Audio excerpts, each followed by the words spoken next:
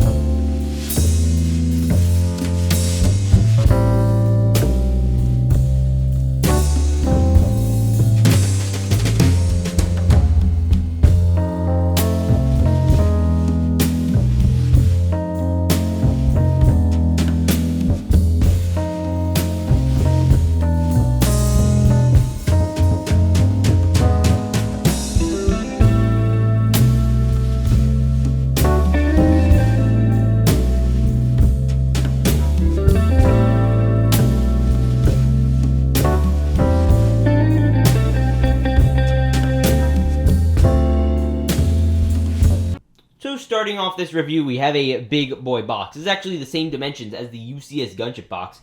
You get all the details up there for the light cruiser. I'm sorry, I'm getting myself tripped up. And then you move down and you get a look at all the beautiful minifigures. Now let's turn it. And here is the back of the box. Obviously, you get a look at the interior of the ship as well as all of the play features. And then again, being consistent with the rest of this wave, the box of the set is on the side of the box, which is really nice looking. Now here is the thick boy instruction manual. Again, nothing new. Obviously, again, they have that old Mando look, which I don't know why they still use. Nothing new on the back. Same advertisements as the rest of this wave, but you know, for the people watching this in the future, feel a little nostalgic now.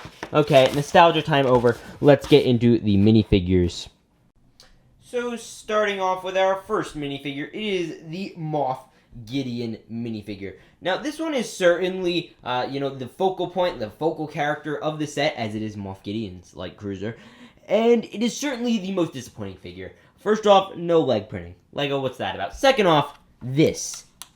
What is this? That is not the Darksaber. This is the Darksaber. Literally, like, Imperial Light Customs done a better one. Let me go get it. You see this? This thing? That is a custom piece. Lego, you could have done this. Like, what even is this? Like, this is stupid. Like, I know they used it for Darth Maul a couple years back, and I know I'm usually hawkish about them being consistent, but they could have done a new mold for the Darksaber. Literally everyone expected that. Like, nobody thought they were actually going to go back to this, like, junky thing. Which is really disappointing and really brings down the value of this figure, I feel like. Next up, you do get this nice torso print, and which is nice, and then you also move back, you get a back printing. You do get this more, calmed face, and you can also do this face, which looks good. It's the more angry one.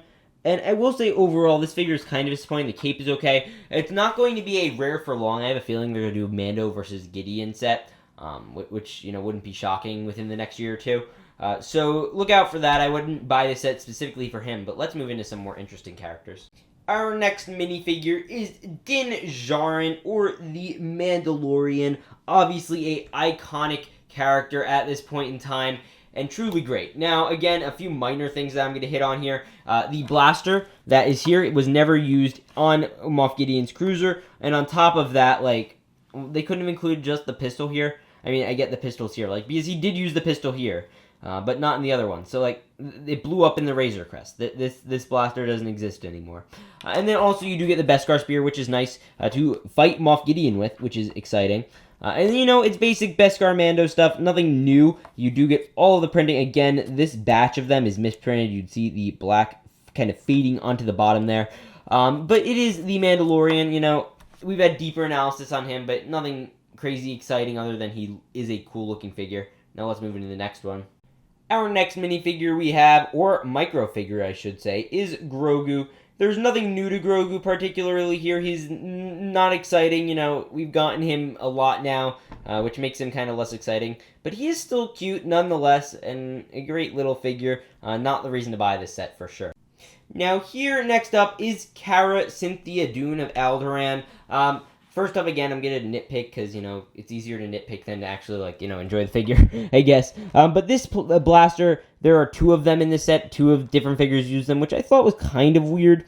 It's not like she has a particularly long blaster. Either way, Cara Dune is great. You get this great printing. You could turn around to get some more. And angry Cara Dune when she got fired, which is sad. I like Cara Dune. But anyway, let's move into the next one. Next up, we have a pretty beloved character, the Dark Trooper. Now, the Dark Trooper, a lot of people like. I am not the biggest fan, because I feel like it should have been a droid build. We got K2SO in a droid build.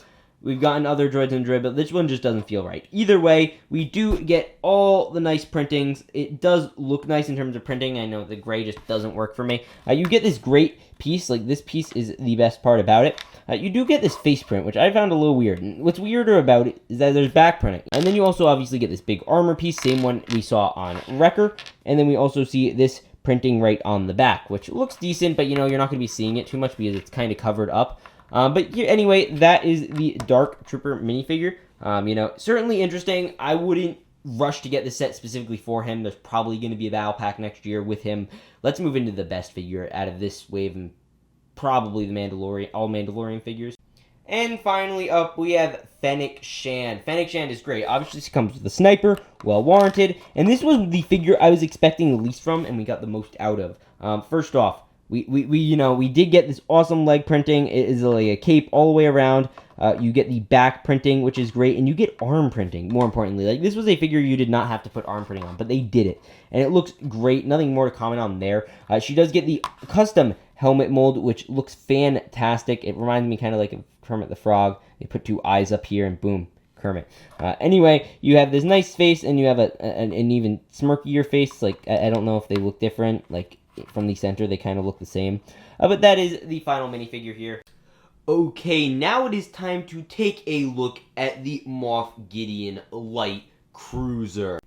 Now, this ship is a little under 2 feet in length, but it is a very long boy. For example, if you would like to see a full comparison, here is what a basic minifigure will look like when you compare it next to the ship.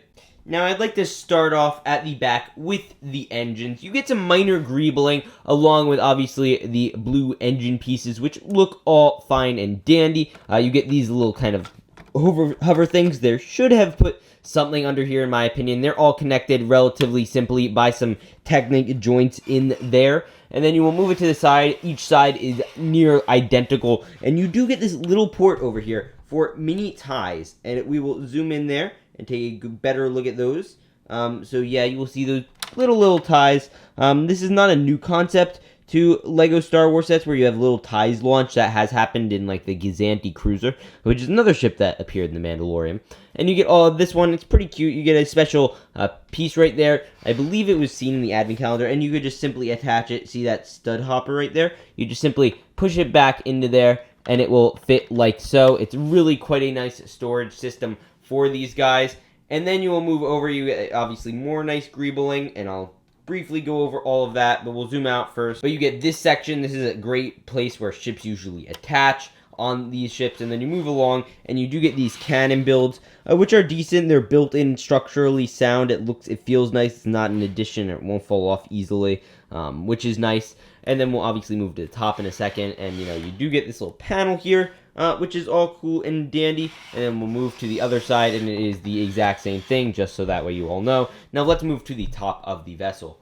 So you will move up, and obviously you will see that little thin area where the tiles are, and this is the bridge right here. And then we can spin this around, just see the little slide, and you will see the good look at all the windows where the main bridge is. Now that is a little larger than in lore, certainly, which, is not fantastic. And I'll be showing you a little bit better how to use the mechanism, but basically it is a easy one where that's the center of gravity, where you're going to grab the build. Obviously, those are all stickers there, which is kind of nice. I would have preferred a print, but it is what it is. And here is obviously one of my biggest problems with the build, which we will talk about in a bit. But it is these blaster cannons. Not that they necessarily look bad, they just are ginormous, and they really, really take away from the build, in my opinion. They just feel huge, and they make it feel a lot smaller than it actually is. If they made these things way smaller, it would have felt way better. Plus, they are easy to fire off, which is nice, and also could be a pain. And they do stick out pretty well. And they do spin 360. They have these little, moving ones. So if you want to move it around, it is okay to do so. It is just oversized, in my opinion. Now, same thing with the other side. Now it is time to look at the only interior room, and we will lift that up simply just by lifting this piece right here. And like so, you have a great look into the interior of the Moff Gideon Light Cruiser, which is the bridge. First off, you will notice a command table, which is great. I really do like that. You could have Moff Gideon in here. He could sip on a cup of calf.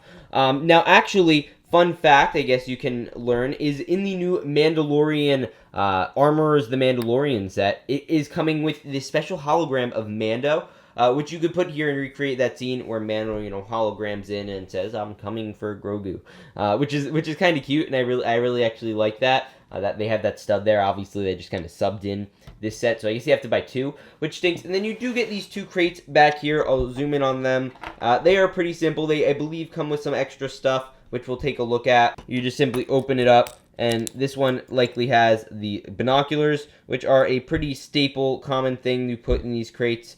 And then you could look at the other one. And in here It has, I believe, 2 thermal detonators, although it recommends 1, but you do get 2 of these thermal detonator bricks, which is kind of nice. But, you know, nothing, again, insane. You do get some light drilling and detailing on the ship. You get these control panels, which are both stickers, which isn't horrible, but, you know, I would have obviously preferred to see something else.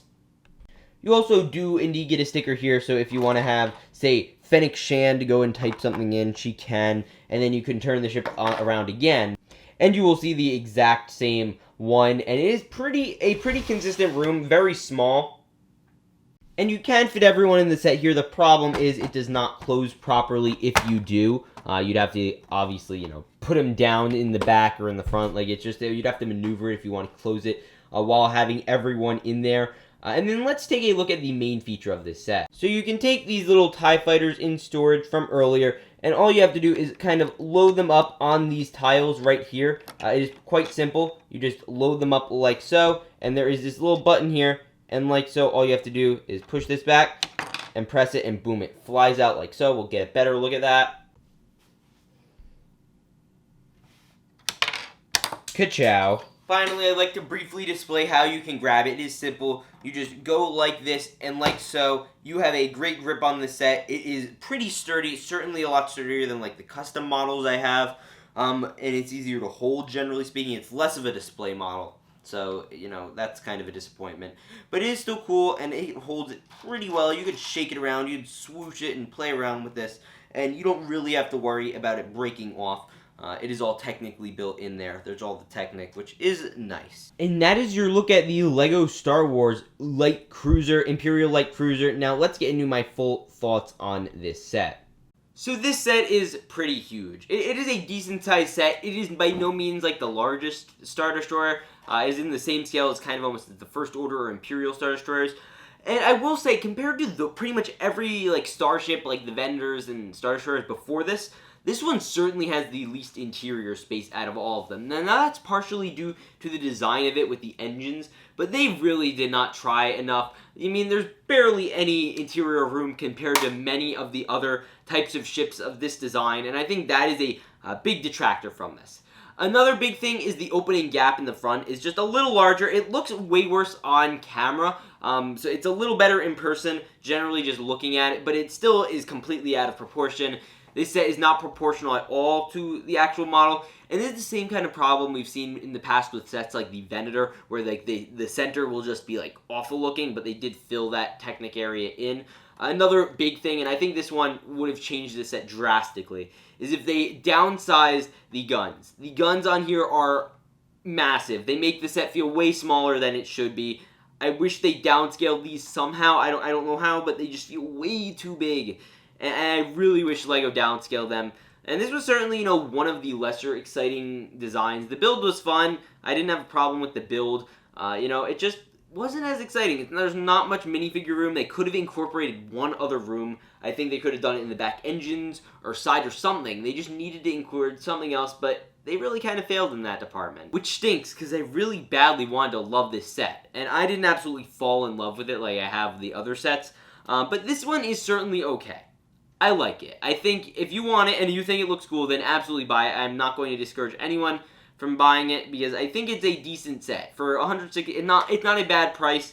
It's a decent build, decent set, and I overall enjoy it, which is why I'm going to be giving it a 7 out of 10. The figures, obviously, are great for the most part. I would have rather, you know, seen Gideon get a little better detail and the Dark Trooper been obviously a droid, as I talked about earlier. But yeah, those are my thoughts on this set. But with that said, I will see you all in the next one. Remember to peace out and stay awesome.